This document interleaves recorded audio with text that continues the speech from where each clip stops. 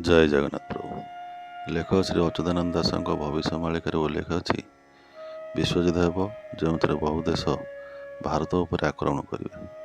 ଯେତେବେଳେ ଓଡ଼ିଶାକୁ ଆକ୍ରମଣ କରିବେ, ସେହି ସମୟରେ ପ୍ରଭୁ ଜଗନ୍ନାଥ କଳ୍କି ଅବତାର ରୂପେ ସଂହାର କରିବେ। ଏହି ଯୁଦ୍ଧରେ ଲକ୍ଷ ଲକ୍ଷ ଜନଜୀବନ କ୍ଷୟ ହେବ। ପ୍ରଭୁ ଜଗନ୍ନାଥ, ବଳଭଦ୍ର ଓ ସୁଭଦ୍ରା ପୁରୀ ଧାମ ଛାଡ଼ି ଯାଜପୁର ଜିଲ୍ଲା ସ୍ଥିତ ଛତିଆବଟ ଧାମରେ ରହିବେ ଏବଂ ସେଠାରେ କଳ୍କି ଅବତାର ରୂପେ ପୂଜା ପାଇବେ। ପ୍ରଭୁ କଳ୍କି ଅବତାରଙ୍କ ନିକଟବର୍ତ୍ତୀ ଓ ପ୍ରଭୁ କଳ୍କିଙ୍କ ସହିତ ଯୋଗ ଦେବାକୁ ହେଲେ ଆମ୍ଭମାନଙ୍କୁ ସତ୍ୟ ମାର୍ଗ ଓ ହରିନାମ ହିଁ କେବଳ ଏକମାତ୍ର ମାର୍ଗ।